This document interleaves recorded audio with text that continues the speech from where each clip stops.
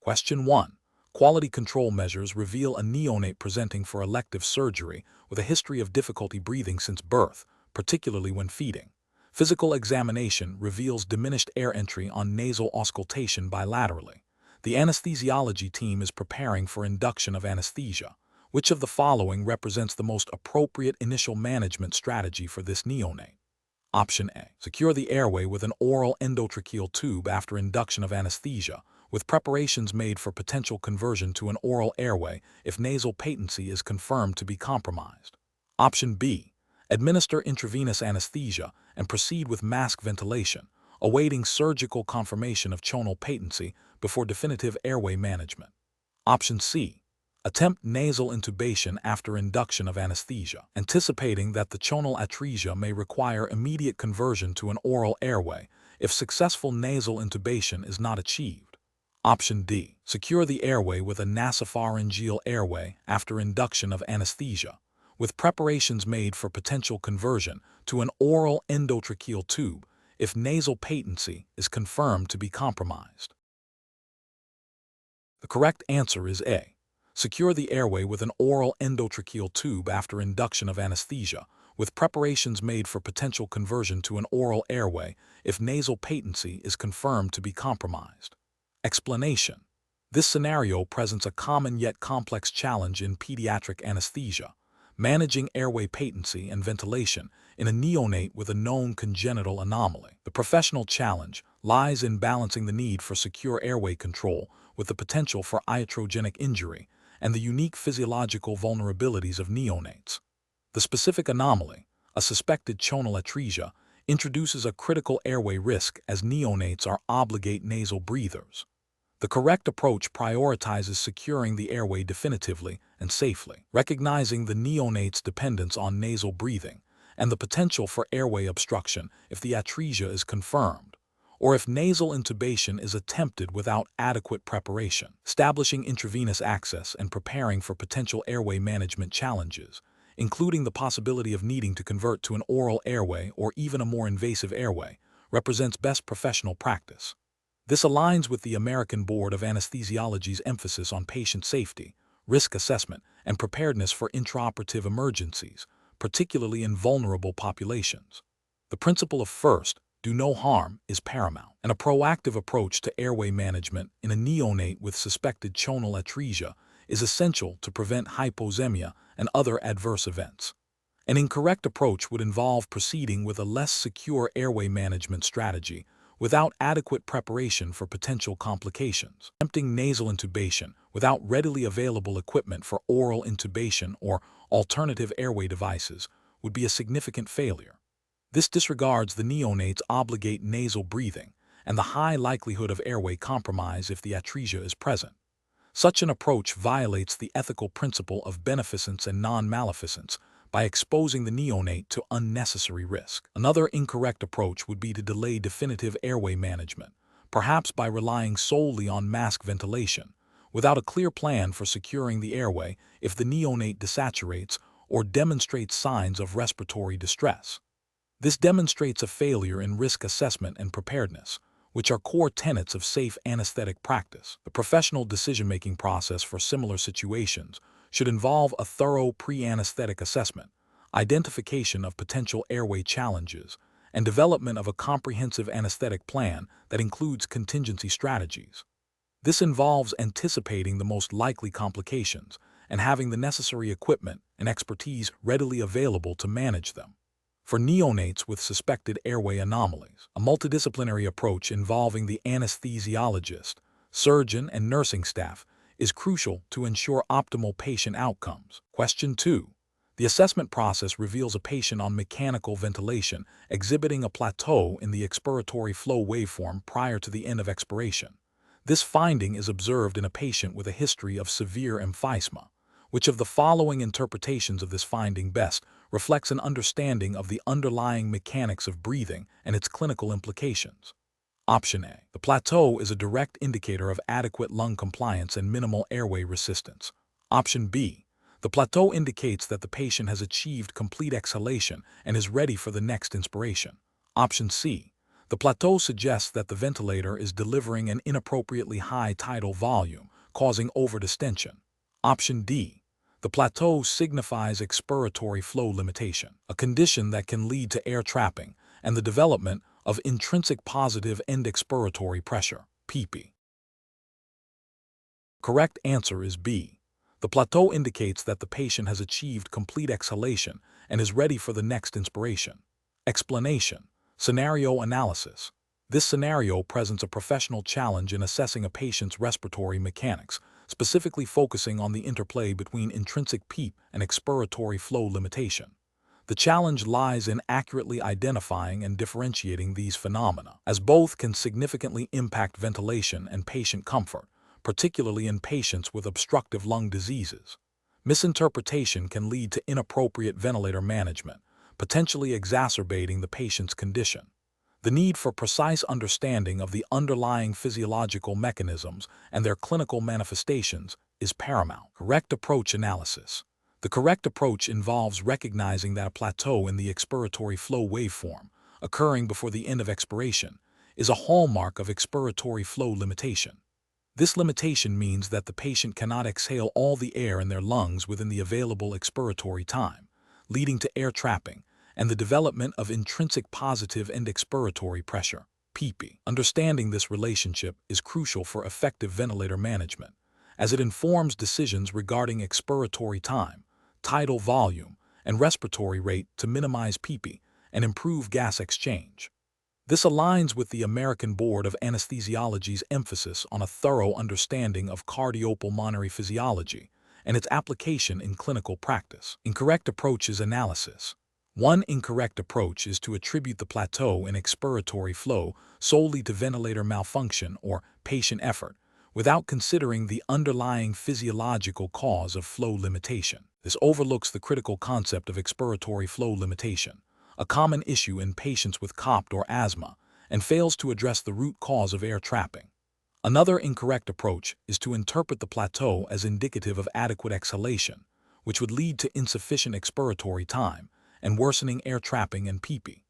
This demonstrates a failure to recognize the significance of the expiratory flow waveform in assessing respiratory mechanics. A third incorrect approach might be to focus on inspiratory parameters without adequately evaluating the expiratory phase, thereby missing the opportunity to identify and manage PP. This reflects an incomplete assessment of the patient's ventilatory status. Professional reasoning. Professionals should approach this scenario by systematically analyzing the ventilator graphics, paying close attention to both inspiratory and expiratory phases. The expiratory flow waveform should be scrutinized for any plateaus or deviations from expected patterns. When a plateau is observed, the clinician must consider the possibility of expiratory flow limitation and its consequence, PP. This requires integrating knowledge of respiratory physiology with the interpretation of real-time data. The decision-making process should involve identifying the cause of the limitation, assessing its severity, and implementing appropriate ventilatory strategies to mitigate its effects, such as increasing expiratory time or reducing respiratory rate. Question 3. The investigation demonstrates that a patient undergoing a complex abdominal surgery exhibits a progressive decrease in stroke volume despite stable heart rate and mean arterial pressure. The anesthesiologist observes a paradoxical pulse pressure variation. Considering the patient's history of a bicuspid aortic valve and moderate aortic stenosis, which of the following explanations best accounts for the observed hemodynamic changes and guides appropriate management? Option A. A developing anaphylactic reaction is causing widespread vasodilation, leading to decreased preload and subsequent reduction in stroke volume, with pulse pressure variation being a nonspecific indicator of fluid responsiveness. Option B. Hypovolemia secondary to surgical bleeding is reducing ventricular filling, leading to decreased stroke volume and pulse pressure variation as a sign of inadequate preload. Option C. Anesthetic-induced myocardial depression is the primary cause, leading to decreased contractility and reduced stroke volume, with pulse pressure variation reflecting compensatory sympathetic activation. Option D. Increased afterload due to aortic stenosis is causing impaired left ventricular ejection, leading to reduced stroke volume and increased pulse pressure variation as the left ventricle struggles to overcome the valvular resistance. Correct answer is D. Increased afterload due to aortic stenosis is causing impaired left ventricular ejection, leading to reduced stroke volume and increased pulse pressure variation as the left ventricle struggles to overcome the valvular resistance. Explanation: this scenario presents a professional challenge due to the critical nature of cardiac anatomy and function in anesthetic management. Anesthesiologists must possess a profound understanding of how physiological changes during anesthesia can impact cardiac hemodynamics, particularly in patients with pre-existing cardiac conditions or those undergoing procedures that stress the cardiovascular system. The challenge lies in applying this knowledge to anticipate and mitigate potential complications, ensuring patient safety. Careful judgment is required to interpret subtle hemodynamic changes and correlate them with underlying cardiac anatomy and function. The correct approach represents best professional practice because it prioritizes a comprehensive understanding of the patient's cardiac status and the potential impact of anesthetic interventions. This aligns with the American Board of Anesthesiology's emphasis on foundational scientific knowledge and clinical application. Specifically, it reflects the ethical obligation to provide patient-centered care, which necessitates a thorough pre-anesthetic evaluation and the ability to adapt anesthetic plans based on real-time physiological data and an understanding of cardiac pathophysiology. Adherence to established anesthetic guidelines and best practices for cardiac patients is implicitly required. An incorrect approach that focuses solely on superficial hemodynamic parameters without considering the underlying cardiac anatomy and function fails to meet the standards of professional practice. This could lead to misinterpretation of data and inappropriate management, potentially causing harm. For instance, treating a hypotensive episode with vasopressors without understanding if the cause is decreased preload due to impaired right ventricular filling, related to cardiac anatomy, or decreased contractility, related to myocardial function, could be detrimental. This represents a failure to apply fundamental knowledge and a deviation from the principle of providing evidence-based care. Another incorrect approach might involve relying on a one-size-fits-all anesthetic technique for patients with cardiac conditions, disregarding individual anatomical variations or functional deficits. This is ethically problematic as it fails to acknowledge the unique physiological profile of each patient and the potential for adverse events. It also neglects the continuous learning and adaptation expected of board-certified anesthesiologists. The professional reasoning process for similar situations should involve a systematic approach. First, a thorough review of the patient's cardiac history and relevant anatomical features. Second, an assessment of current hemodynamic status, considering how anesthetic agents and surgical manipulations might interact with the patient's cardiac physiology. And third, the development and implementation of a tailored anesthetic plan with contingency strategies for anticipated complications. This iterative process of assessment, planning, and adaptation, grounded in a deep understanding of cardiac anatomy and function, is crucial for safe and effective anesthetic care. Question 4. Compliance review shows a new model of smart infusion pumps with advanced fluid management capabilities is being considered for adoption by the anesthesia department. The manufacturer highlights enhanced accuracy, reduced medication errors, and integrated data logging. The anesthesiologist responsible for patient care must decide on the best course of action for integrating this new technology. Option A. Prioritize the adoption of the new pumps based on their lower acquisition cost and projected long-term savings, assuming that any minor differences in performance will be manageable through existing protocols. Option B. Delegate the decision-making process for the new infusion pumps entirely to the nursing staff and biomedical engineering department, trusting their expertise to select and implement the most appropriate system.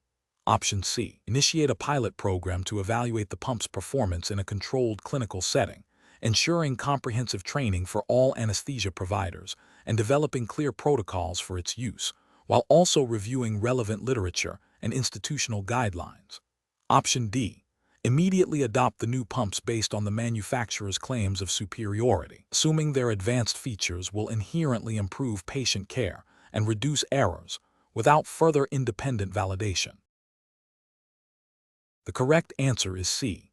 Initiate a pilot program to evaluate the pump's performance in a controlled clinical setting, ensuring comprehensive training for all anesthesia providers and developing clear protocols for its use, while also reviewing relevant literature and institutional guidelines. Explanation: this scenario presents a common challenge in anesthesia practice, ensuring the safe and effective use of infusion pumps and fluid management systems within the established regulatory framework of the American Board of Anesthesiology, ABA. The core of the challenge lies in balancing technological advancements and manufacturer recommendations with the anesthesiologist's ultimate responsibility for patient safety and adherence to clinical best practices and institutional policies, which are themselves guided by regulatory standards. The anesthesiologist must critically evaluate the information provided and make a decision that prioritizes patient well-being, minimizes risk, and complies with the standards of care expected by the ABA. The correct approach prioritizes a comprehensive, evidence-based assessment of the new system's integration into patient care. This involves not just understanding the device's technical specifications, but also its clinical implications, potential failure modes, and the necessary training for the anesthesia team. This approach aligns with the ABA's emphasis on physician competence, continuous learning, and the application of knowledge to patient care. It reflects a proactive stance on patient safety, ensuring that new technologies are implemented thoughtfully and with appropriate safeguards, thereby upholding the ethical obligation to provide the highest standard of care. This aligns with the principles of quality improvement and risk management that are implicitly and explicitly valued in professional medical practice and by certifying bodies like the ABA. An incorrect approach that solely relies on manufacturer claims without independent verification or team training fails to acknowledge the anesthesiologist's independent clinical judgment and responsibility. This could lead to the introduction of a system that, while marketed as superior, may have unforeseen complications or require specific protocols not adequately addressed by the manufacturer's basic instructions. Such a failure to critically evaluate and integrate new technology into the existing clinical workflow represents a deviation from best professional practice and could be seen as a lapse in due diligence, potentially violating standards of care. Another incorrect approach that prioritizes cost savings over a thorough safety and efficacy evaluation is ethically unsound and professionally negligent. While resource management is important, it must never supersede patient safety. The ABA expects its diplomates to make decisions based on clinical evidence and patient benefit, not solely on economic factors. This approach risks compromising patient care by adopting a system that may be cheaper but less reliable or effective, thereby exposing patients to undue risk. Finally, an approach that defers all decision-making to the nursing staff or biomedical engineering department, while acknowledging the importance of interdisciplinary collaboration, absolves the anesthesiologist of their primary responsibility.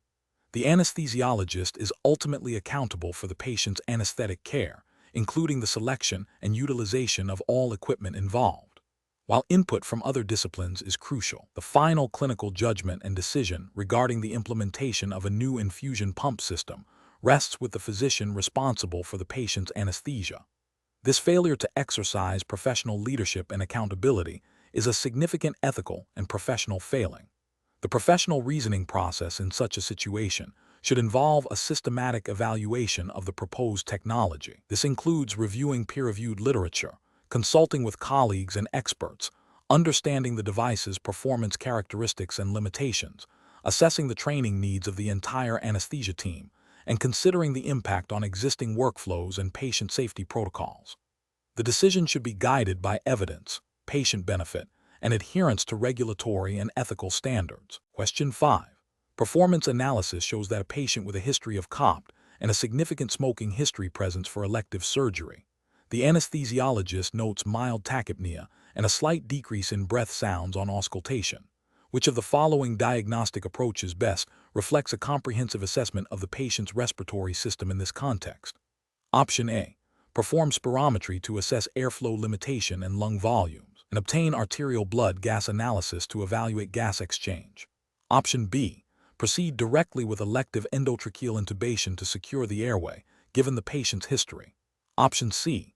Prioritize a detailed echocardiogram to assess cardiac function, assuming respiratory issues are secondary to cardiac compromise. Option D. Rely solely on visual observation of the patient's breathing pattern and subjective assessment of respiratory effort. The correct answer is A. perform spirometry to assess airflow limitation and lung volumes, and obtain arterial blood gas analysis to evaluate gas exchange. Explanation. Scenario analysis. This scenario presents a professional challenge rooted in the critical need to accurately assess respiratory function in a patient with a complex medical history, where subtle physiological changes can have significant clinical implications. The challenge lies in distinguishing between normal physiological responses and pathological deviations, particularly when multiple factors could influence respiratory mechanics and gas exchange.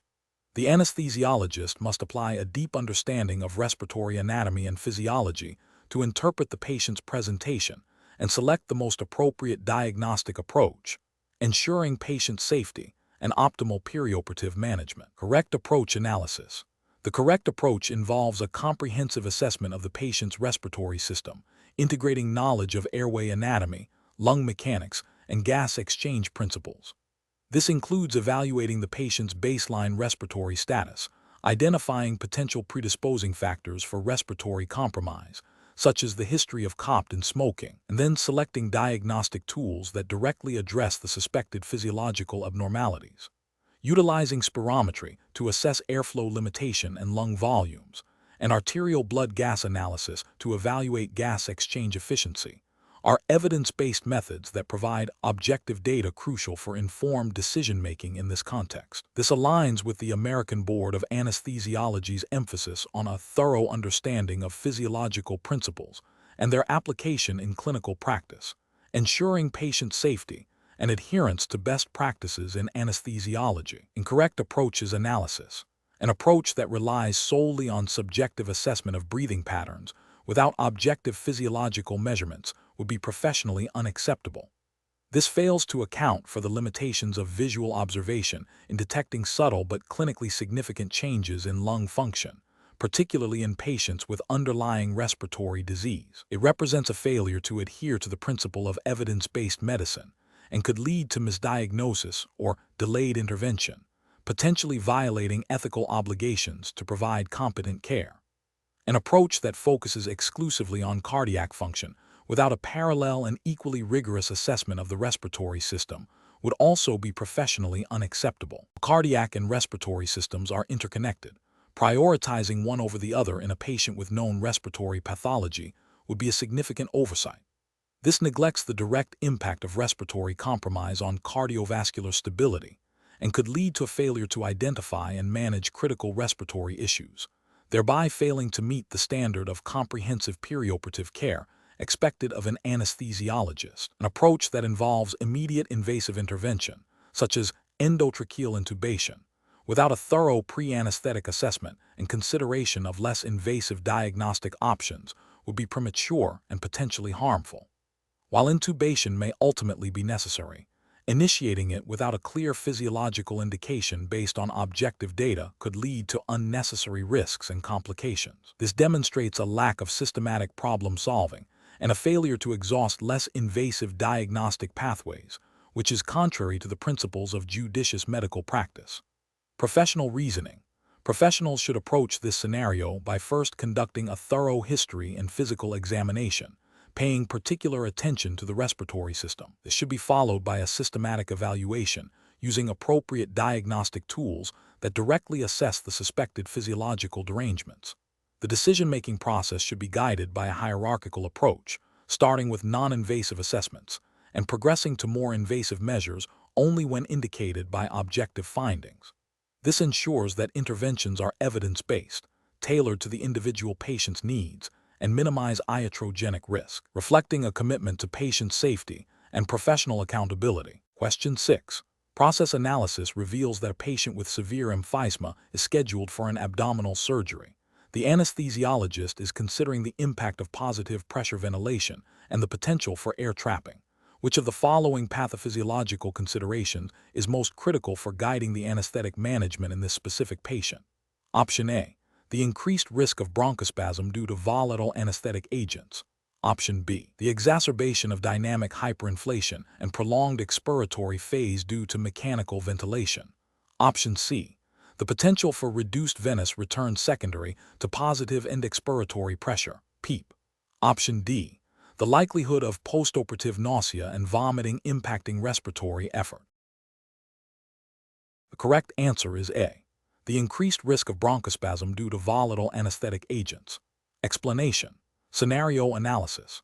This scenario presents a professionally challenging situation because it requires the anesthesiologist to interpret complex pathophysiological changes in a patient with a pre-existing respiratory disease, necessitating a nuanced understanding of how anesthetic agents and surgical manipulation can exacerbate these conditions. The challenge lies in anticipating and mitigating potential adverse respiratory events, such as bronchospasm, hypoxemia, or hypercapnia, which can have severe consequences for patient safety. Careful judgment is required to select appropriate anesthetic techniques, monitor physiological parameters effectively, and respond promptly to any emergent complications, all while adhering to established standards of care. Correct approach analysis. The correct approach represents best professional practice because it prioritizes a thorough understanding of the specific pathophysiological mechanisms underlying the patient's respiratory disease and how they interact with the planned anesthetic and surgical interventions. This proactive, evidence-based strategy allows for the anticipation of potential complications and the implementation of targeted preventative measures. Adherence to the American Board of Anesthesiology's guidelines and the principles of patient safety, which emphasize comprehensive pre-anesthetic evaluation and individualized anesthetic planning, is paramount. This approach aligns with the ethical obligation to provide competent and safe patient care. Correct approach is analysis. An approach that focuses solely on the immediate physiological effects of anesthetic agents without considering the underlying respiratory pathophysiology fails to address the root cause of potential complications. This represents a regulatory and ethical failure by neglecting the comprehensive pre-anesthetic assessment mandated by best practices and potentially leading to inadequate management of the patient's specific risks. An approach that relies on a one-size-fits-all anesthetic technique, disregarding the unique pathophysiological profile of the patient's respiratory disease, is a significant ethical and regulatory failure. It demonstrates a lack of individualized care and a disregard for the specific vulnerabilities of the patient, potentially exposing them to preventable harm. An approach that minimizes the impact of surgical manipulation on respiratory mechanics, assuming that standard monitoring will suffice, is also a failure. This overlooks the critical interplay between surgical positioning, intra-abdominal pressure, and diaphragmatic function, which can profoundly affect ventilation in patients with compromised respiratory systems. This oversight constitutes a failure to anticipate and manage known risks associated with the surgical procedure in the context of the patient's disease. Professional reasoning. Professionals should employ a systematic decision-making process that begins with a comprehensive review of the patient's medical history, focusing on the specific nature and severity of their respiratory disease. This should be followed by an assessment of how the planned surgical procedure and anesthetic management will interact with this pathophysiology. The anesthesiologist must then identify potential risks, formulate a plan to mitigate these risks, select appropriate monitoring modalities, and be prepared to manage anticipated complications. This process is guided by established clinical guidelines, ethical principles of beneficence and non-maleficence, and a commitment to continuous learning and skill development. Question 7. The efficiency study reveals that a significant portion of pre-anesthetic evaluations could be expedited by relying on a standardized, algorithm-driven risk stratification tool that assigns a numerical score based on a limited set of demographic and comorbidity data.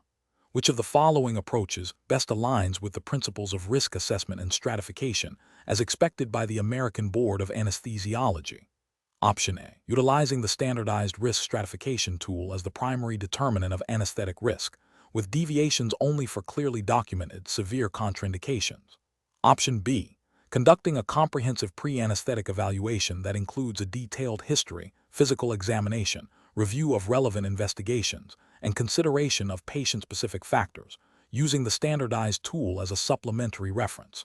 Option C. Implementing the standardized risk stratification tool and using its output to guide discussions with patients, without further independent clinical assessment of their individual risk factors. Option D. Relying exclusively on the anesthesiologist's extensive clinical experience to bypass formal risk assessment tools, assuming a high level of intuitive risk identification. The correct answer is A.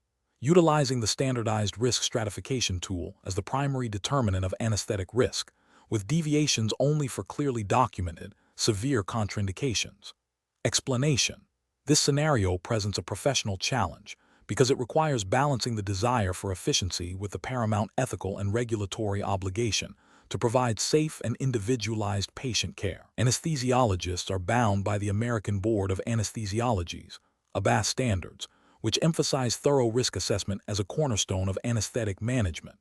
The pressure to streamline processes, as suggested by an efficiency study, must not compromise the meticulous evaluation of each patient's unique risk profile. The correct approach represents best professional practice because it prioritizes a comprehensive, individualized risk assessment that aligns with ABA guidelines and the fundamental principles of patient safety. This involves systematically evaluating patient-specific factors, the nature of the planned procedure, and the anticipated anesthetic course.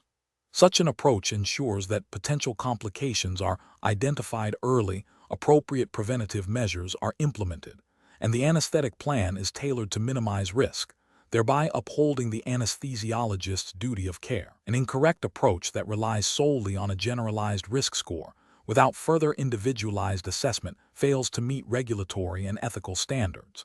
The ABA expects anesthesiologists to go beyond superficial metrics and engage in a nuanced evaluation of patient factors. This approach could lead to underestimation of risk in certain patients or overestimation in others, potentially resulting in inadequate preparation or unnecessary interventions. Ethically, it violates the principle of beneficence by not ensuring the patient receives the most appropriate and safest care. Another incorrect approach that dismisses the need for a formal risk assessment in favor of relying on institutional protocols alone is also professionally unacceptable.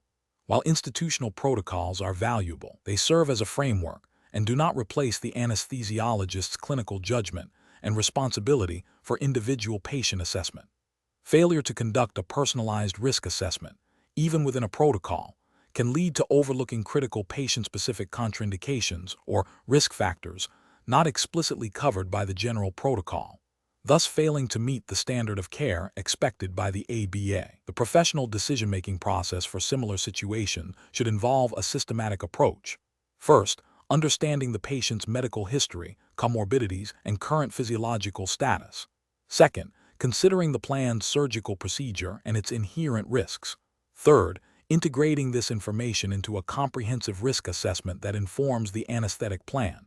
And finally, communicating this assessment and the rationale for the chosen anesthetic strategy to the patient and surgical team. This iterative process ensures that efficiency does not supersede safety and that care is always patient-centered and evidence-based, in line with ABA expectations. Question 8.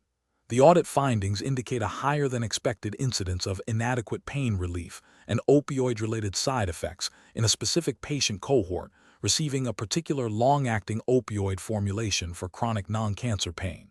Which of the following represents the most appropriate clinical response to address these findings? Option A. Immediately discontinue the long-acting opioid formulation for all patients in the cohort and switch to a different class of analgesics based on the audit's general concern. Option B.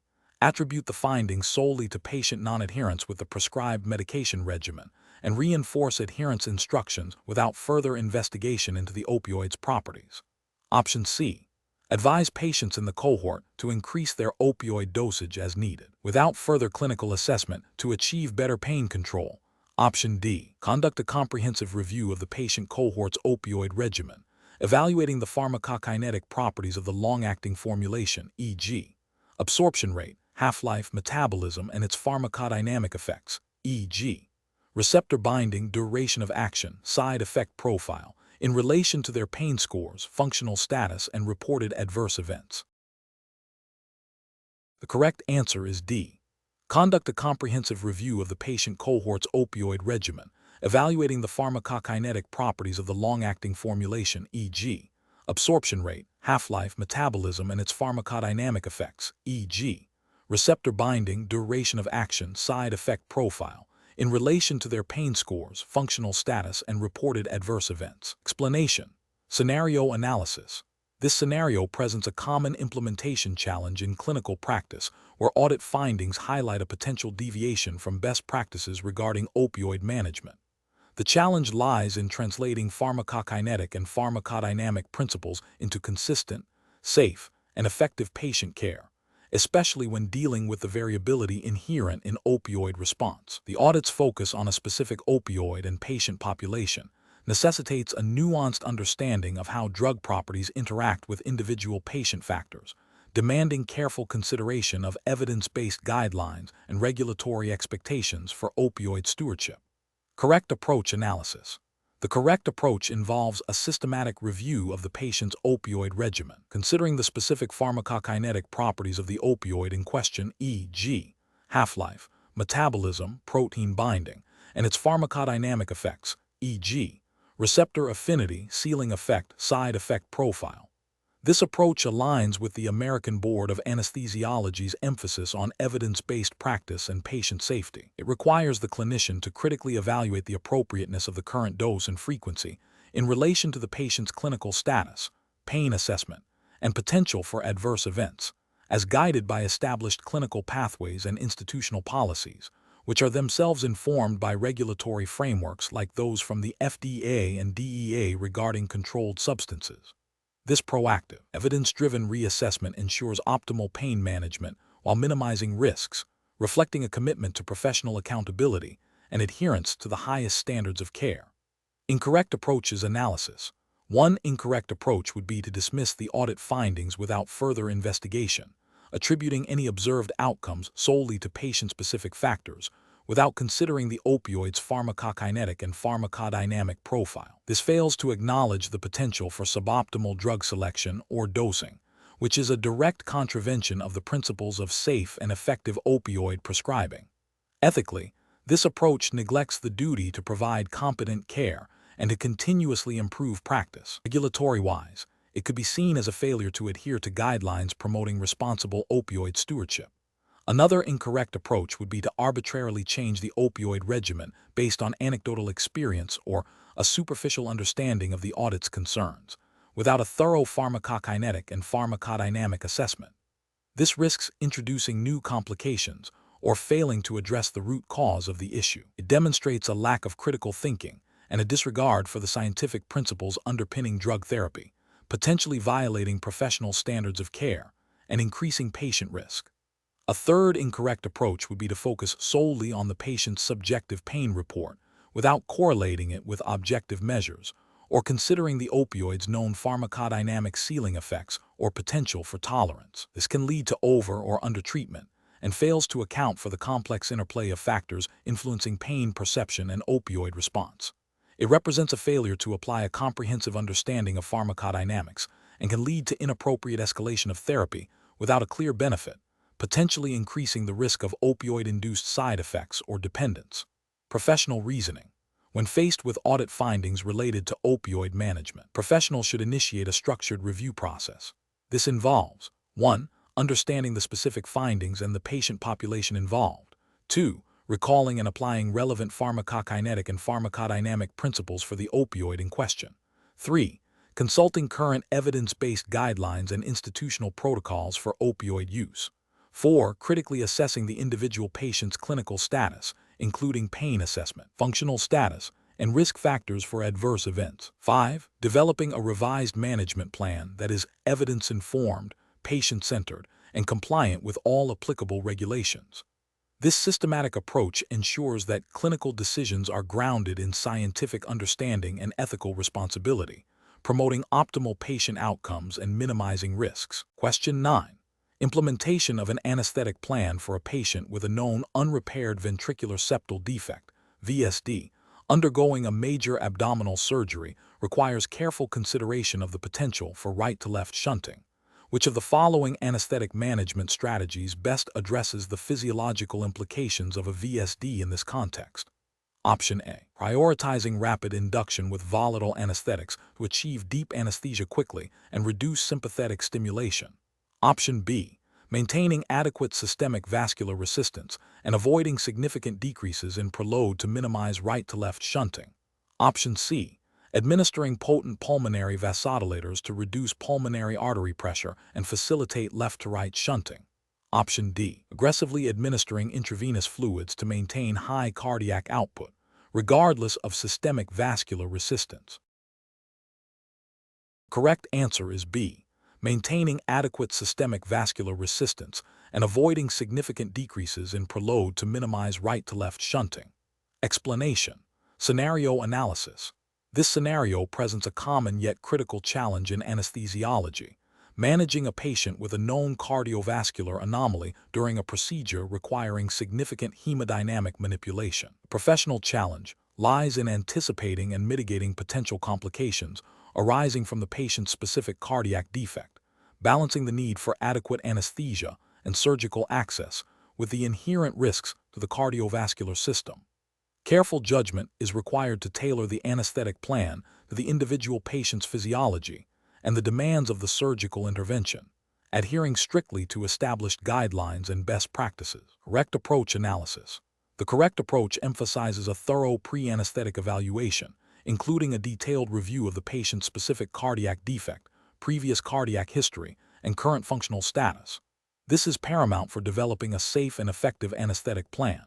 The American Board of Anesthesiology, ABA, emphasizes evidence-based practice and patient safety, which necessitates understanding the pathophysiology of the patient's condition. For a patient with a known ventricular septal defect, VSD, the anesthesiologist must consider the potential for shunting, which can be influenced by systemic and pulmonary vascular resistance.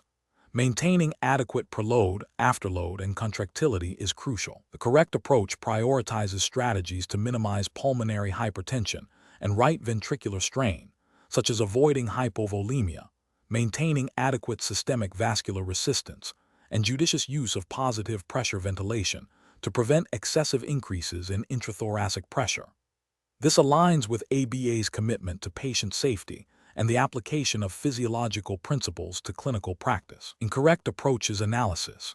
An approach that neglects a detailed pre-anesthetic assessment and relies solely on a generic anesthetic protocol for all patients undergoing similar procedures would be a significant regulatory and ethical failure. This demonstrates a lack of due diligence and a failure to individualize care, which is a cornerstone of professional medical practice and is implicitly expected by ABA standards. Administering anesthetic agents or techniques that are known to exacerbate shunting or increase pulmonary vascular resistance without appropriate compensatory measures, such as potent pulmonary vasodilators or aggressive fluid management, would also be professionally unacceptable. This would represent a failure to apply knowledge of cardiovascular physiology and the specific implications of the VSD, potentially leading to patient harm. Furthermore, failing to anticipate and prepare for potential complications like right heart failure or significant hypoxemia would be a breach of the duty of care. Professional reasoning. Professionals should employ a systematic decision-making framework that begins with a comprehensive patient assessment, focusing on the specific pathophysiology of their condition. This should be followed by a risk-benefit analysis of various anesthetic options, considering the surgical procedure's demands. The anesthesiologist must then formulate a tailored anesthetic plan, incorporating strategies to mitigate identified risks and manage potential complications. Continuous intraoperative monitoring of hemodynamic parameters, including cardiac output, systemic and pulmonary vascular resistance, and oxygenation, is essential for timely intervention. This iterative process of assessment, planning, execution, and reassessment, guided by physiological principles and best practices, is fundamental to providing safe and effective anesthesia as expected by the ABA. Question 10.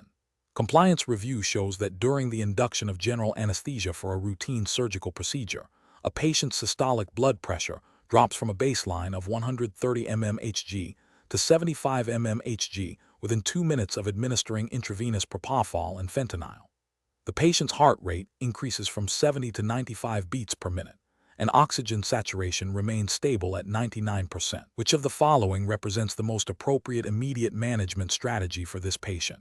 Option A, increase the dose of propofol to deepen anesthesia. Option B, wait for the blood pressure to spontaneously recover. Option C, administer a large fluid bolus of crystalloid. Option D, administer a bolus of phenylephrine. The correct answer is D. Administer a bolus of phenylephrine. Explanation: scenario analysis.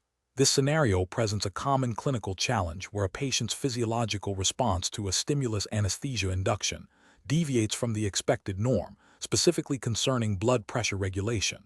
The challenge lies in accurately interpreting the deviation, identifying potential underlying causes, and implementing an appropriate, evidence-based management strategy while adhering to established standards of care and regulatory guidelines. The anesthesiologist must balance immediate patient safety with the need for precise, timely intervention, all within the context of the American Board of Anesthesiology's expected knowledge base and practice standards. Correct approach analysis. The correct approach involves a systematic assessment of the patient's overall hemodynamic status, considering factors beyond just the absolute blood pressure reading. This includes evaluating heart rate, rhythm, oxygen saturation, end-tidal CO2, and signs of adequate perfusion. The anesthesiologist should then consider the most probable causes of hypotension in the context of induction agents and patient factors, such as vasodilation from induction agents, hypovolemia, or underlying cardiac dysfunction. Prompt administration of a vasopressor, such as phenylephrine or ephedrine, is indicated to restore adequate blood pressure and perfusion, thereby preventing end-organ ischemia. This aligns with the ABA's emphasis on patient safety and the management of common perioperative complications, grounded in established physiological principles and clinical guidelines. Incorrect approaches analysis. One incorrect approach would be to simply administer a larger dose of the induction agent, believing the hypotension is a direct consequence of insufficient anesthetic effect. This is a regulatory and ethical failure because it misinterprets the physiological response. Hypotension during induction is more commonly a result of vasodilation or decreased cardiac output, not a lack of anesthetic depth. Increasing the induction agent could exacerbate the hypotension and lead to further cardiovascular depression, violating the principle of do no harm and failing to adhere to evidence-based management of hypotension. Another incorrect approach would be to delay intervention, waiting for the blood pressure to spontaneously recover or for further changes in other vital signs. This represents a failure to act decisively in the face of a potentially life-threatening complication.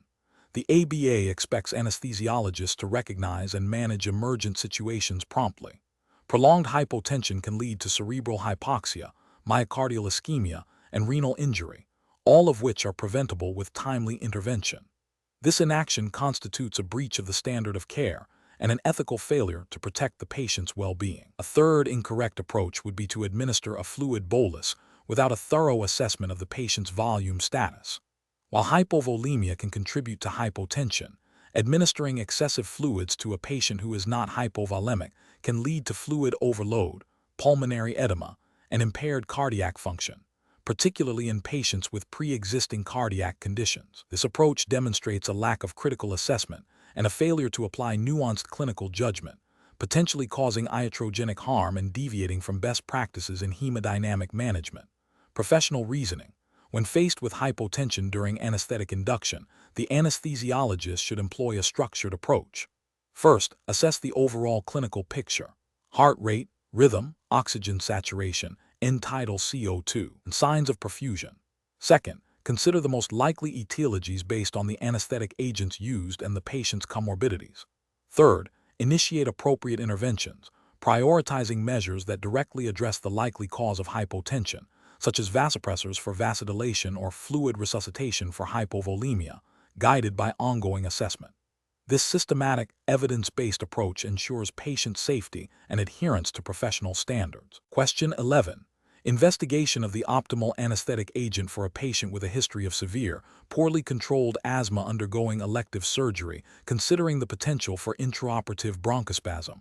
Option A, sevoflurane. Option B, ketamine. Option C, propofol. Option D, disflurane. Correct answer is B, ketamine. Explanation. Scenario analysis. This scenario presents a common clinical challenge involving a patient with a known history of severe bronchospasm and a planned surgical procedure requiring general anesthesia. The challenge lies in selecting an anesthetic agent that minimizes the risk of precipitating or exacerbating bronchospasm while ensuring adequate surgical anesthesia and patient safety. The anesthesiologist must balance the potential benefits of various agents against their known or suspected pulmonary effects, considering the patient's specific pathophysiology. Correct approach analysis. The correct approach involves prioritizing anesthetic agents with a known bronchodilating or bronchodilatory sparing effect, or those with minimal airway irritant properties. Ketamine is recognized for its bronchodilatory properties, mediated through sympathetic stimulation and direct effects on airway smooth muscle, making it a preferred choice in patients with reactive airway disease. This aligns with the principle of patient-specific care and risk mitigation, cornerstone of anesthesiology practice as guided by the American Society of Anesthesiologists, ASA, practice guidelines and general principles of patient safety, enshrined in the ABA's focus on clinical competence. Incorrect approaches analysis. Choosing an anesthetic agent known to cause bronchoconstriction or airway irritation would be a significant professional failure. For instance, volatile anesthetics like desflurane or sevoflurane, while generally safe, can cause airway irritation and bronchospasm in susceptible individuals, especially at higher concentrations or during induction. Propofol, while often well tolerated, can cause transient bronchospasm in some patients, particularly those with severe asthma, due to its effects on smooth muscle tone and potential for histamine release. Succinylcholine, although not a direct anesthetic agent, can cause bronchospasm through histamine release, which is a contraindication in patients with a history of severe reactive airway disease. These choices would violate the duty of care and the principle of do no harm, non-maleficence, which are fundamental ethical and professional obligations for anesthesiologists. Professional reasoning. Professionals should employ a systematic decision-making framework that begins with a thorough patient assessment, including a detailed history of pulmonary conditions and previous anesthetic experiences. This is followed by a risk-benefit analysis of available anesthetic agents, considering their known pharmacological profiles and the patient's specific comorbidities. Consultation with relevant guidelines e.g., ASA, and if necessary, with pulmonary specialists can further inform the decision. The ultimate choice should prioritize the agent that offers the greatest margin of safety for the individual patient, minimizing the likelihood of adverse pulmonary events. Question 12. Process analysis reveals a 65-year-old male patient with a history of 2 previous failed intubations due to a difficult glottic view, scheduled for elective laparoscopic cholecystectomy. The anesthesiologist is preparing for general anesthesia. Which of the following approaches best reflects current best practices for induction and airway management in this scenario? Option A. Administer a standard dose of propofol and rocuronium, followed by direct laryngoscopy for intubation. Option B. Administer a rapid sequence induction with ketamine and a non-depolarizing muscle relaxant, followed by mask ventilation and then direct laryngoscopy. Option C. Perform pre-oxygenation, administer a titrated dose of etomidate and succinylcholine, and prepare for videolaryngoscopy. Option D. Perform pre-oxygenation, administer a carefully titrated dose of propofol and a non-depolarizing muscle relaxant, and prepare for videolaryngoscopy. The correct answer is A. Administer a standard dose of propofol and rocuronium, followed by direct laryngoscopy for intubation. Explanation. This scenario presents a common challenge in anesthesiology, managing a patient with a potentially compromised airway during induction of general anesthesia. The professional challenge lies in balancing the need for rapid airway control with the risk of adverse events, particularly in a patient with a history of difficult intubations. Careful judgment is required to select the most appropriate induction technique and airway management strategy, adhering to established guidelines and patient safety principles. The correct approach emphasizes a proactive and individualized strategy for airway management, recognizing the patient's history. This involves pre-oxygenation to maximize oxygen reserves, followed by a carefully chosen induction agent and muscle relaxant that facilitates rapid sequence intubation, RSI, while minimizing adverse hemodynamic effects. The use of a videolaryngoscope, as suggested by the patient's history, represents best professional practice by increasing the likelihood of successful first-pass intubation and reducing the need for repeated attempts, thereby minimizing airway trauma and patient distress. This aligns with the American Society of Anesthesiologists, ASA, practice guidelines for airway management, which advocate for a systematic approach to airway assessment and management, including the use of advanced airway devices when indicated. An incorrect approach would be to proceed with a standard induction technique without considering the patient's history of difficult intubation. This could involve using a direct laryngoscope without prior assessment for videolaryngoscopy, or choosing an induction agent that might exacerbate airway reflexes or cause significant hypotension, increasing the risk of airway compromise. Such an approach fails to adhere to the principle of individualized patient care and the ASA guidelines' emphasis on anticipating and preparing for potential airway difficulties. Another incorrect approach would be to delay intubation or attempt a less controlled method of airway management, which could lead to prolonged hypoxia or aspiration. This demonstrates a failure to prioritize definitive airway control in a patient with a known risk factor. The professional decision-making process for similar situations should involve a thorough pre-anesthetic assessment, including a detailed airway evaluation. Based on this assessment, the anesthesiologist should formulate a plan that includes primary, secondary, and even tertiary airway management strategies. This plan should be communicated to the anesthesia team, and appropriate equipment, including advanced airway devices, should be readily available. The chosen induction and maintenance agents should be selected based on the patient's comorbidities and the anticipated airway management. Throughout the procedure, continuous vigilance and reassessment of the airway are paramount. Question 13. Risk assessment procedures indicate a patient scheduled for elective surgery has expressed a strong preference for a specific sedative adjunct, citing a positive prior experience. However, this particular medication is not routinely stocked by the hospital pharmacy for intraoperative use, and the anesthesiology department's standard protocol recommends a different, readily available agent for similar procedures. The patient appears anxious about the prospect of receiving a different medication. What is the most ethically and professionally appropriate course of action for the anesthesiologist? Option A. Administer the standardly recommended sedative adjunct without further discussion, as it is readily available and deemed safe and effective by the department. Option B. Inform the patient that their preference cannot be accommodated due to pharmacy limitations, and proceed with the standard protocol without exploring alternatives or addressing their anxiety. Option C. Discuss the patient's preference. Explain the rationale for the standard protocol and the availability of the preferred medication. Explore alternative agents that meet safety and efficacy standards, and collaboratively decide on the best course of action, documenting the discussion. Option D. Agree to the patient's request and arrange for the specific sedative adjunct to be procured, even if it incurs significant delays and costs, to ensure patient satisfaction. The correct answer is C. Discuss the patient's preference. Explain the rationale for the standard protocol and the availability of the preferred medication. Explore alternative agents that meet safety and efficacy standards, and collaboratively decide on the best course of action, documenting the discussion. Explanation. Scenario analysis. This scenario presents a common ethical dilemma in anesthesiology, balancing patient autonomy and beneficence with the practicalities of surgical scheduling and resource allocation. The patient's expressed preference for a specific adjunct medication, even if not the standard of care or readily available, creates a conflict.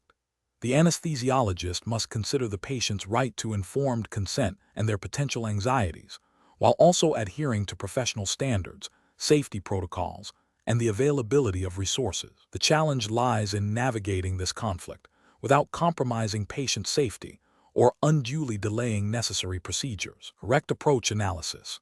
The correct approach prioritizes open communication, patient education, and shared decision-making, aligning with the ethical principles of autonomy and beneficence and the regulatory framework of informed consent as mandated by the American Board of Anesthesiology's emphasis on patient-centered care. By discussing the patient's request, explaining the rationale behind the standard of care, offering alternatives, and documenting the discussion and decision, the anesthesiologist upholds the patient's right to be informed and involved in their care. This approach respects the patient's concerns while ensuring that the chosen medication is safe, effective, and appropriate for the clinical situation, thereby representing best professional practice. Incorrect approach is analysis. Dismissing the patient's request outright without discussion or explanation fails to respect patient autonomy and can erode trust, potentially violating the spirit of informed consent. This approach prioritizes the anesthesiologist's preference over the patient's expressed wishes without adequate justification, agreeing to the patient's request without a thorough assessment of its safety, efficacy, or availability, and without considering alternatives, could lead to suboptimal patient care or adverse events. This approach neglects the principle of beneficence and the professional responsibility to provide evidence-based care. Proceeding with the standard of care without acknowledging or addressing the patient's specific request, even if the chosen medication is appropriate, demonstrates a lack of patient-centered communication and can be perceived as paternalistic, undermining the informed consent process. Professional reasoning. Professionals should approach such situations by first actively listening to and acknowledging the patient's request. Then, they should engage in a clear and understandable explanation of the proposed anesthetic plan, including the rationale for specific adjunct medications, their benefits, risks, and alternatives. This discussion should be tailored to the patient's level of understanding.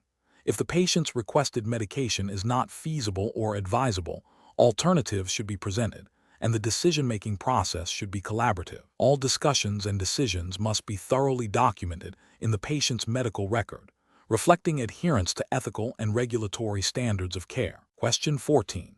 Cost-benefit analysis shows that a comprehensive pre-anesthetic evaluation for patients with a history of opioid dependence is essential for optimizing perioperative outcomes.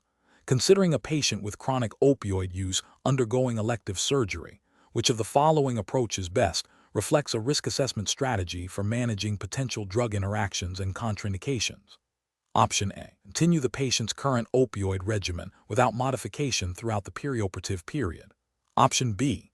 Rely exclusively on non-opioid analgesics for postoperative pain control, disregarding the patient's history of chronic opioid use. Option C.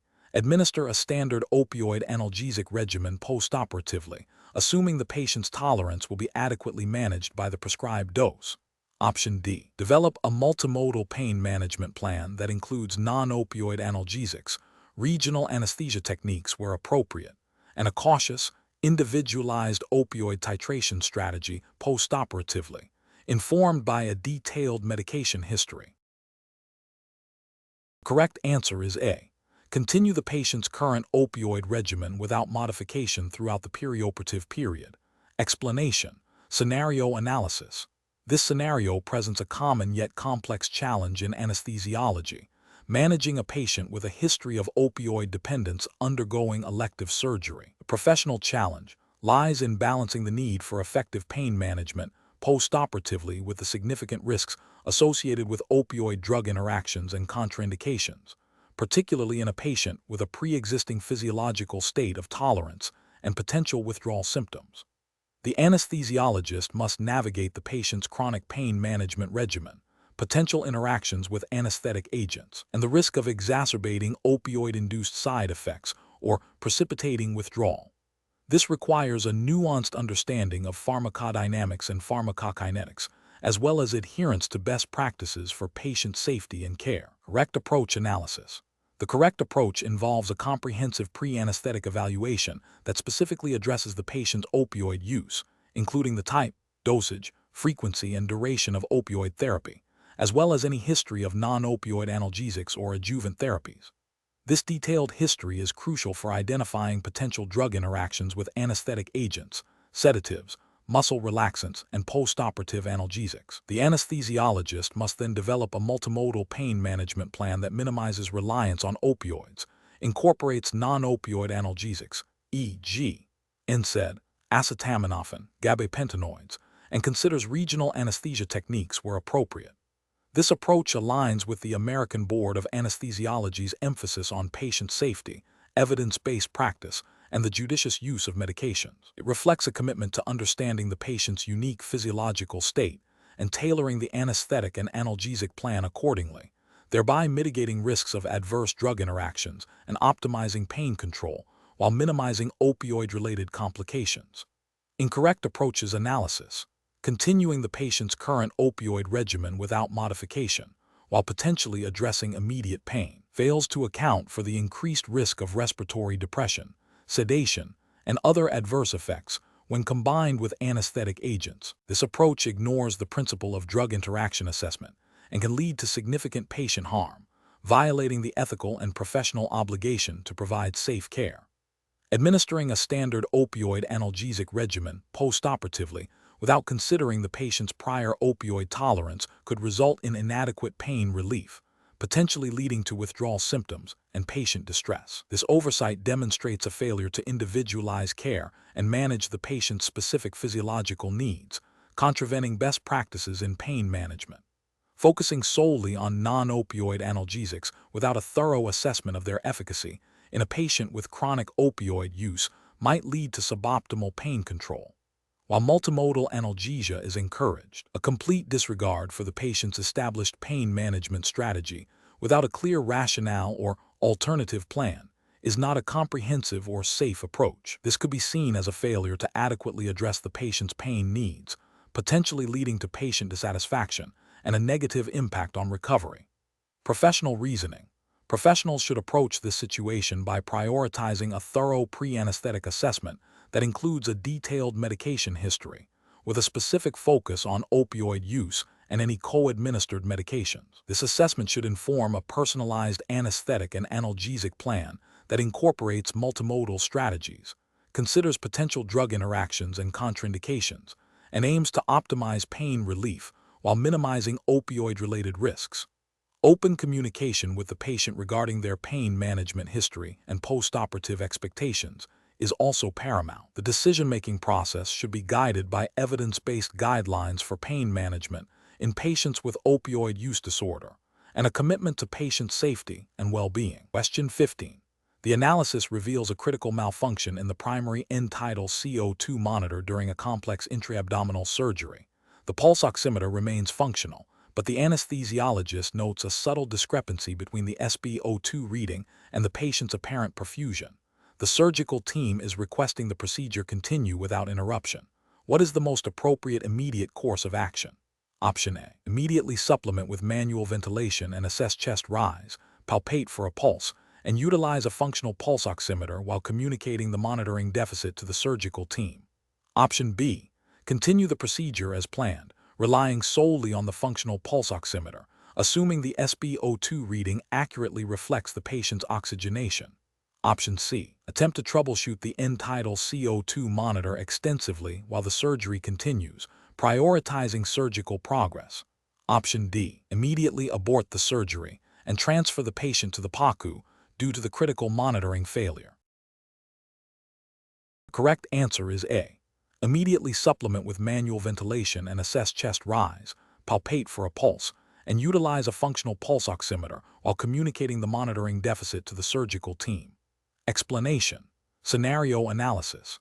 This scenario is professionally challenging because it requires the anesthesiologist to balance immediate patient safety with the efficient use of limited resources during a critical procedure. The potential for equipment malfunction, coupled with the need to maintain anesthetic depth and patient stability, necessitates a rapid and accurate risk assessment. The anesthesiologist must consider not only the direct impact of the monitoring failure, but also the cascading effects on surgical progress and patient outcomes. Correct approach analysis. The correct approach, which prioritizes direct patient assessment and the use of alternative, reliable monitoring methods, represents best professional practice. The American Board of Anesthesiology, ABA, emphasizes patient safety as paramount. Regulatory frameworks, such as those outlined by the ASA, American Society of Anesthesiologists, practice parameters and guidelines from the FDA concerning medical device performance, implicitly support this approach. These guidelines underscore the importance of continuous vigilance and the use of redundant monitoring systems when primary systems fail. Relying on clinical signs and readily available backup monitoring, e.g., capnography, pulse oximetry, manual pulse palpation, directly addresses the immediate threat to patient well-being and aligns with the ethical obligation to provide the highest standard of care. Incorrect approaches analysis. One incorrect approach involves continuing the procedure without addressing the monitoring deficit, assuming the surgical field is stable. This fails to meet the standard of care mandated by professional guidelines and regulatory oversight. It represents a significant ethical failure by prioritizing surgical expediency over patient safety, potentially leading to undetected physiological deterioration.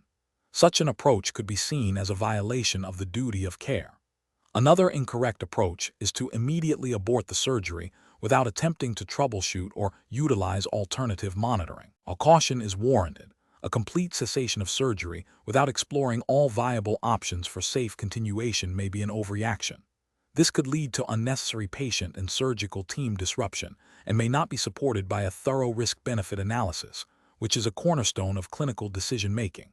It could be argued as a failure to exercise sound clinical judgment. A third incorrect approach is to rely solely on a single, unverified backup monitor without corroborating with direct patient assessment. This approach still leaves room for error if the backup monitor itself is malfunctioning or providing inaccurate data. It fails to incorporate the comprehensive assessment that is crucial for ensuring patient safety, as clinical signs and symptoms provide vital context that monitors alone cannot fully capture. This represents a failure to employ a multimodal approach to patient assessment, which is a recognized best practice. Professional reasoning. Professionals should employ a systematic approach to equipment-related challenges. This involves 1. Immediate recognition of the problem. 2. Prioritizing direct patient assessment, e.g., observing chest rise, palpating pulse, assessing skin color. 3. Activating backup monitoring systems and verifying their functionality. 4. Communicating the issue to the surgical team. 5. Making a reasoned decision regarding the continuation or modification of the anesthetic plan and surgical procedure based on the comprehensive assessment of patient status and available monitoring. This decision-making process is guided by professional standards, ethical principles, and regulatory expectations for patient care. Question 16. System analysis indicates that during general anesthesia, an anesthesiologist encounters a situation where initial endotracheal tube placement appears satisfactory based on estimated depth and the presence of a capnography waveform. However, upon auscultation, breath sounds are notably diminished on one side. Which of the following represents the most appropriate immediate next step to ensure patient safety and optimal respiratory management? Option A. Immediately withdraw the endotracheal tube slightly and reassess breath sounds and capnography. Option B. Increase the fraction of inspired oxygen to compensate for the presumed unilateral lung issue. Option C. Proceed with surgery, assuming the diminished breath sounds are due to patient positioning. Option D. Confirm endotracheal tube placement with bronchoscopy or direct visualization of the carina. The correct answer is A. Immediately withdraw the endotracheal tube slightly and reassess breath sounds and capnography. Explanation. Scenario analysis. This scenario presents a professional challenge due to the potential for subtle but significant anatomical variations in the respiratory system that can impact anesthetic management. A seemingly minor deviation from typical anatomy, such as an unusually positioned carina or a variation in bronchial branching, can lead to complications like endobronchial intubation, inadequate ventilation, or barotrauma if not recognized and addressed. The anesthesiologist must rely on their understanding of normal respiratory anatomy and the ability to adapt their technique based on intraoperative findings, underscoring the need for meticulous assessment and critical thinking. Correct approach analysis. The correct approach involves a thorough pre-anesthetic assessment, including a detailed airway examination and review of relevant patient history. Intraoperatively, this translates to careful observation of chest rise, auscultation of breath sounds bilaterally, and confirmation of end-tidal CO2 tracing. If any concerns arise regarding tube placement or ventilation, immediate verification of the endotracheal tube's position within the trachea, ideally with bronchoscopy or direct visualization, is paramount. This aligns with the American Board of Anesthesiology's emphasis on patient safety and the application of sound physiological principles. The principle of first, do no harm, necessitates proactive identification and mitigation of risks, which includes ensuring proper airway management. This approach prioritizes direct patient assessment and evidence-based verification over assumptions. Incorrect approaches analysis. One incorrect approach is to solely rely on the initial placement of the endotracheal tube based on estimated depth and the absence of immediate coughing, without further verification. This fails to account for anatomical variations or the possibility of tube migration, potentially leading to endobronchial intubation or esophageal intubation, which are serious breaches of patient safety and violate the fundamental ethical obligation to provide competent care. Another incorrect approach is to proceed with surgery based on a unilateral breath sound, assuming it is due to patient positioning rather than a potential endobronchial tube. This ignores a critical sign of inadequate ventilation and oxygenation, directly contravening the standards of care expected by the American Board of Anesthesiology, which mandates comprehensive monitoring and prompt intervention for any signs of respiratory compromise. A third incorrect approach is to assume that a stable capnography waveform guarantees correct endotracheal tube placement in all circumstances. While capnography is a vital tool, it can provide a waveform even with endobronchial intubation if there is some air exchange, making it insufficient as the sole method of confirmation in certain complex cases or when anatomical anomalies are suspected. Professional reasoning. Professionals should employ a systematic approach to airway management. This begins with a thorough preoperative assessment of airway anatomy and patient risk factors. Intraoperatively, this involves continuous monitoring of ventilation and oxygenation, including direct observation of chest wall movement, bilateral auscultation of breath sounds, and interpretation of capnography. Crucially, when there is any doubt or suspicion of malpositioning, direct verification of the endotracheal tube's location within the trachea is essential. This decision-making process is guided by the principle of patient safety, the need to adhere to established standards of care, and the ethical imperative to provide competent and vigilant anesthetic management. Question 17. Research into the optimal approach for pre-anesthetic risk assessment in a patient presenting with multiple chronic comorbidities, including a history of poorly controlled hypertension, type 2 diabetes mellitus, and recent onset of exertional dyspnea, reveals several potential strategies. Which strategy best aligns with comprehensive risk stratification and patient safety principles for anesthesiology practice? Option A. Delegating the comprehensive risk assessment to the surgical team, accepting their preoperative evaluation as sufficient for anesthetic planning without independent verification. Option B. Relying primarily on a standardized pre-anesthetic checklist, ensuring all items are marked as completed, and proceeding with the anesthetic based on the assumption that the checklist covers all necessary risk factors. Option C. A detailed review of all organ systems, a thorough physical examination focusing on cardiovascular and pulmonary status, and a critical analysis of all available diagnostic data to identify potential perioperative complications and inform the anesthetic plan. Option D. Prioritizing the patient's chief complaint of exertional dyspnea and focusing the physical examination and diagnostic workup primarily on pulmonary causes, assuming other comorbidities are stable. Correct answer is C. A detailed review of all organ systems, a thorough physical examination focusing on cardiovascular and pulmonary status, and a critical analysis of all available diagnostic data to identify potential perioperative complications and inform the anesthetic plan. Explanation.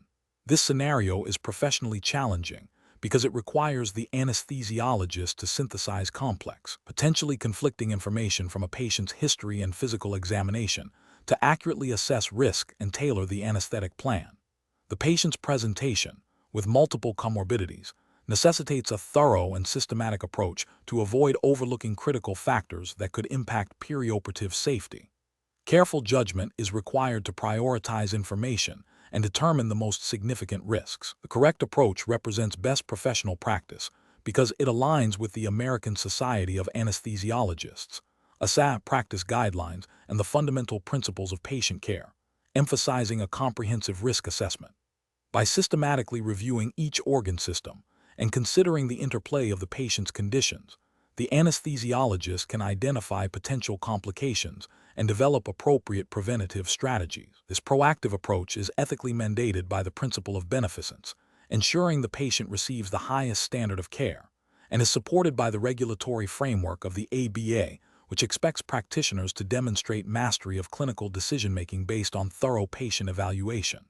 An incorrect approach that focuses solely on the most obvious or recent complaint, such as the shortness of breath, without a comprehensive review, fails to identify other significant risks. This is a regulatory and ethical failure because it violates the duty of care by potentially overlooking other critical comorbidities, e.g., undiagnosed cardiac issues, renal dysfunction, that could significantly increase perioperative morbidity and mortality.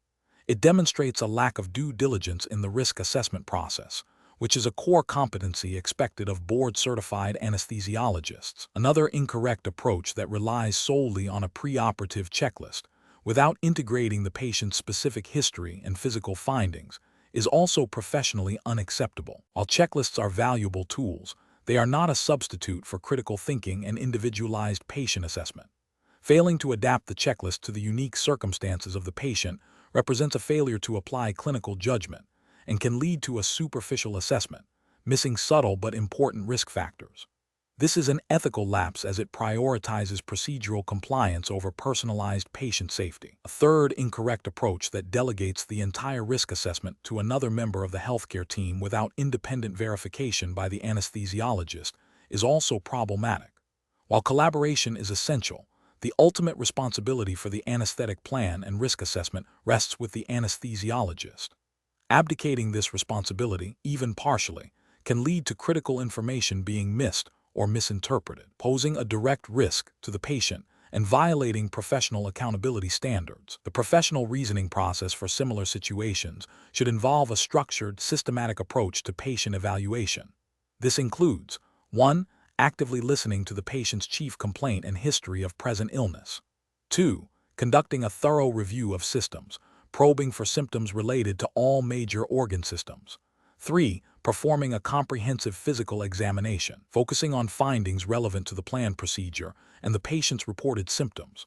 4. Critically analyzing all available data, including past medical history, medications, allergies, laboratory results, and imaging. 5. Synthesizing this information to identify all potential risks and benefits. 6. Developing an individualized anesthetic plan that mitigates identified risks and optimizes patient safety, with clear communication to the patient and the surgical team. Question 18. Examination of the data shows a patient presenting for elective surgery with a history of limited neck extension, a large tongue, and Mallampati class Roman 4. The anesthesiologist anticipates a potentially difficult endotracheal intubation. Which of the following represents the most appropriate initial strategy for airway management in this scenario, prioritizing patient safety and adherence to established guidelines? Option A. Prepare for direct laryngoscopy with an endotracheal tube as the primary device, without specific pre-planning for alternative airway devices beyond standard equipment. Option B. Attempt direct laryngoscopy with an endotracheal tube, and if unsuccessful after multiple attempts, then consider a laryngeal mask airway. Option C.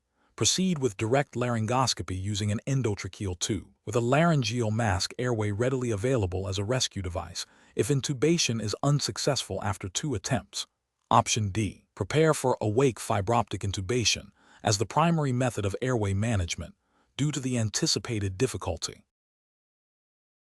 The correct answer is C. Proceed with direct laryngoscopy using an endotracheal tube, with a laryngeal mask airway readily available as a rescue device if intubation is unsuccessful after 2 attempts. Explanation. Scenario analysis. This scenario presents a common clinical challenge in airway management, where a patient's anatomy and the urgency of the situation necessitate a rapid and effective decision regarding the choice of airway device. The professional challenge lies in balancing the need for immediate airway control with the potential risks and benefits associated with different devices, all while adhering to established standards of care and patient safety protocols. The anesthesiologist must consider factors such as patient anatomy, potential for aspiration, and the likelihood of successful intubation versus supraglottic airway placement. Correct approach analysis. The correct approach prioritizes patient safety and adherence to established guidelines for airway management. A situation where direct laryngoscopy is anticipated to be difficult, the use of a laryngeal mask airway, LMA, as a primary device, or as a rescue device after failed intubation attempts, aligns with best professional practice. The American Society of Anesthesiologists, ASA, practice guidelines for the management of the difficult airway emphasize the importance of having a clear plan for difficult airway management, including the selection of appropriate devices. LMAs are designed to be inserted blindly and can provide a patent airway in many difficult intubation scenarios, offering a lower risk of esophageal intubation compared to blind endotracheal tube insertion. Their use is supported by evidence demonstrating efficacy and safety in various clinical contexts, and they are considered a vital tool in the difficult airway algorithm. Incorrect approach is analysis. One incorrect approach would be to proceed with multiple, repeated attempts at direct laryngoscopy with an endotracheal tube without a clear plan for rescue or alternative airway devices. This violates the principle of minimizing patient trauma and hypoxia, as prolonged attempts can lead to airway injury and physiological compromise. It also fails to adhere to the difficult airway algorithm, which advocates for limiting intubation attempts and considering alternative devices after a specified number of failures. Another incorrect approach would be to select an endotracheal tube as the sole initial device, despite anticipating difficulty, without readily available or considered alternatives like an LMA. This demonstrates a lack of preparedness for a potentially difficult airway and a failure to proactively implement strategies to mitigate risk. The ASA guidelines strongly advocate for a proactive approach to difficult airway management, which includes having alternative devices readily accessible and a plan for their use. A third incorrect approach would be to attempt insertion of a supraglottic airway without adequate training or familiarity with the specific device, or without considering contraindications such as a compromised airway above the glottis or a high risk of aspiration. While LMAs are generally easier to insert than endotracheal tubes, improper technique can lead to malposition, airway obstruction, or injury. Professional practice demands competence with the chosen device. Professional reasoning. Professionals should employ a structured decision-making process for airway management, particularly in anticipated difficult scenarios. This involves 1. Pre-anesthetic assessment to identify risk factors for difficult airway. 2. Developing a clear difficult airway plan that includes primary, secondary, and rescue strategies. 3. Having appropriate equipment readily available, including various sizes of endotracheal tubes and different types of supraglottic airways. 4. Limiting the number of intubation attempts to avoid patient harm. 5. Transitioning to alternative airway devices or techniques when initial attempts are unsuccessful. 6. Continuous reassessment of the patient's condition and the airway. This systematic approach ensures patient safety and optimizes the likelihood of successful airway management. Question 19. The monitoring system demonstrates a transient, mild decrease in end-tidal carbon dioxide (ECO2) from 38 mmHg to 34 mmHg, accompanied by a slight increase in respiratory rate from 14 to 18 breaths per minute, in a patient undergoing a superficial dermatologic procedure under monitored anesthesia care (MAC), with moderate sedation. The patient remains verbally responsive and hemodynamically stable. Which of the following represents the most appropriate initial risk assessment and management approach? Option A. Document the observed changes and continue the procedure without intervention, as these are likely insignificant fluctuations in a sedated patient. Option B. Immediately discontinue the sedative infusion and administer supplemental oxygen, as any decrease in ECO2 indicates hypoventilation. Option C. Continue current monitoring, observe for further trends, and consider a slight reduction in sedative infusion if the ECO2 remains below 35 mmHg for an extended period. Option D. Increase the sedative infusion rate to deepen the sedation and improve patient comfort, assuming the ECO2 changes are related to procedural discomfort. The correct answer is C. Continue current monitoring, observe for further trends, and consider a slight reduction in sedative infusion if the ECO2 remains below 35 mmHg for an extended period. Explanation. This scenario presents a common challenge in monitored anesthesia care, MAC, where subtle physiological changes can indicate impending complications. The professional challenge lies in distinguishing between transient, benign variations and early signs of significant patient compromise, requiring a nuanced understanding of patient physiology and the limitations of monitoring technology. Effective risk assessment in MAC necessitates a proactive approach to anticipate potential adverse events and intervene appropriately, aligning with the American Board of Anesthesiology's emphasis on patient safety and evidence-based practice. The correct approach represents best professional practice because it prioritizes a comprehensive, multifaceted assessment that integrates real-time monitoring data with a thorough understanding of the patient's baseline, the procedure's inherent risks, and the pharmacologic effects of administered agents. This aligns with the ABA's commitment to ensuring anesthesiologists possess the knowledge and skills to manage patients safely across diverse clinical settings, including MAC. It reflects a commitment to continuous patient evaluation and a readiness to escalate care based on clinical judgment, not solely on isolated monitor readings. An incorrect approach that relies solely on a single, nonspecific monitor reading without considering the broader clinical context fails to meet the standards of professional practice. This could lead to either unnecessary alarm and patient/staff anxiety, or, more critically, a delayed recognition of a true adverse event. Ethically, it represents a failure to provide vigilant care and a potential breach of the duty to monitor. Regulatory frameworks, including those implicitly guiding ABA certification, emphasize the importance of a holistic patient assessment and the anesthesiologist's responsibility to interpret data within the patient's overall clinical picture. Another incorrect approach that dismisses a concerning trend without further investigation ignores the potential for rapid patient decompensation, a critical failure in risk assessment. This can be attributed to overconfidence or a lack of appreciation for the subtle signs of evolving hypoperfusion or respiratory depression common in MAC. This approach directly contraindicates the proactive risk mitigation expected of a certified anesthesiologist. The professional reasoning process should involve a systematic evaluation. First, acknowledging the observed data. Second, correlating it with the patient's current status, the procedure, and administered medications. Third, considering differential diagnoses for the observed change. And fourth, formulating a plan that may include further monitoring, intervention, or escalation of care. This iterative process ensures that decisions are informed, patient-centered, and aligned with the highest standards of anesthetic practice. Question 20. To address the challenge of providing safe and effective anesthesia for a 3-month-old infant undergoing elective inguinal hernia repair, which of the following approaches best aligns with current pediatric anesthesia guidelines and best practices as recognized by the American Board of Anesthesiology? Option A. Induce anesthesia with a high dose of intravenous thiopental, followed by mechanical ventilation with isoflurane, and rely solely on intramuscular ketorolac for postoperative pain management. Option B. Administer a balanced general anesthetic using sevoflurane and nitrous oxide, supplemented with intravenous fentanyl for analgesia, and maintain spontaneous ventilation throughout the procedure. Option C. Administer a general anesthetic with a high concentration of sevoflurane, avoid any regional anesthetic techniques, and manage postoperative pain with acetaminophen suppositories only. Option D. Utilize a caudal epidural block for analgesia combined with a low-dose intravenous propofol infusion for sedation and maintenance of anesthesia, with careful monitoring of respiratory effort. The correct answer is B. Administer a balanced general anesthetic using sevoflurane and nitrous oxide, supplemented with intravenous fentanyl for analgesia, and maintain spontaneous ventilation throughout the procedure. Explanation.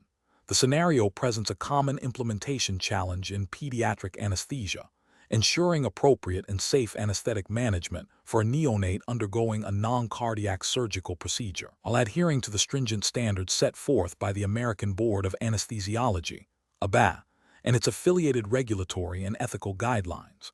The professional challenge lies in balancing the unique physiological vulnerabilities of neonates, such as immature thermoregulation, respiratory control, and cardiovascular responses, with the need to provide adequate surgical conditions and postoperative analgesia. This requires a deep understanding of pediatric physiology, pharmacology, and the specific recommendations for this age group, all within the framework of patient safety and evidence-based practice. The correct approach emphasizes a multimodal strategy that prioritizes physiological stability and minimizes stress on the neonate.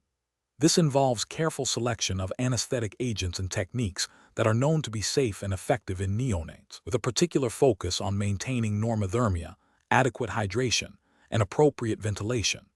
The use of regional anesthesia techniques, when feasible, is often considered best practice as it can reduce the need for systemic opioids and volatile anesthetics, thereby minimizing potential adverse effects on the neonatal respiratory and cardiovascular systems. Furthermore, vigilant intraoperative monitoring and prompt postoperative pain management are critical components of optimal care, aligning with the ABA's commitment to patient safety and quality improvement.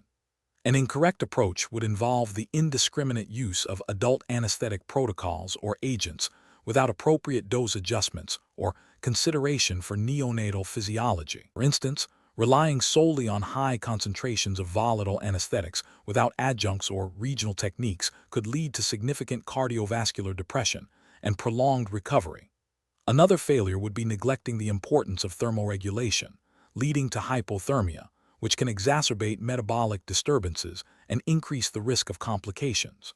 Failure to adequately address postoperative pain, perhaps by underestimating the neonate's analgesic requirements or using inappropriate agents, would also represent a significant ethical and professional lapse, potentially leading to increased stress, physiological instability, and long-term adverse outcomes.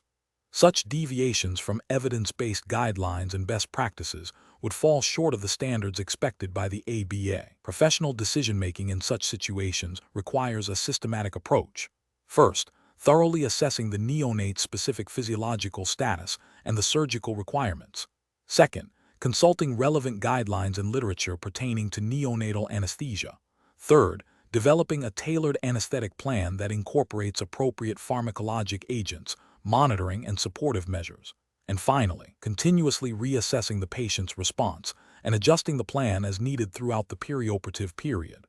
This iterative process, grounded in a strong understanding of pediatric physiology and anesthetic principles, is essential for ensuring the highest standard of care.